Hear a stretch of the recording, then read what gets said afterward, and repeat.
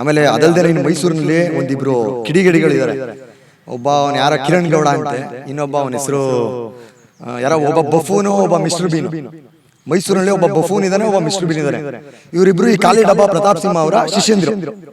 ಖಾಲಿ ಡಬ್ಬಾ ಪ್ರತಾಪ್ ಸಿಂಹ ಅವರ ಶಿಷ್ಯ ಕೋಟಿಗಳು. ಅವ್ರ ಹೆಸರೇ ಗೊತ್ತಾಯ್ತಲ್ಲ ಸರ್, ಅವ್ರ ಮುಖ ನೋಡಿದ ಅಪರೂಪ ನನಗೆ ಬಫೂನ್ ತರ ಕಾಣಿಸ್ತಾರೆ, ಅದಕ್ಕೆ ಬಫೂನ್ ಅಂತ ನನ್ಗೆ ಎಷ್ಟು ಅಸಹ್ಯ ಅನ್ಸುತ್ತೆ ಸರ್. ಹೆಂಗ್ ಹೇಳ್ತಾರೆ ಅಂದ್ರೆ ಇವ್ರ ಮಾತುಕತೆಯಲ್ಲಿ ಒಂಚೂರು ಕ್ಲಾರಿಟಿ ಇಲ್ಲ.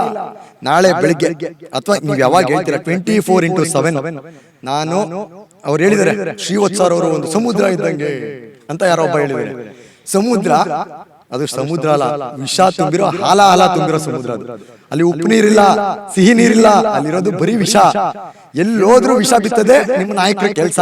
ಅದ್ರ ಜೊತೆ ನೀವುಗಳು ಅದೇ ಕೆಲಸ ಮಾಡ್ತಾ ಇದ್ದೀರಾ.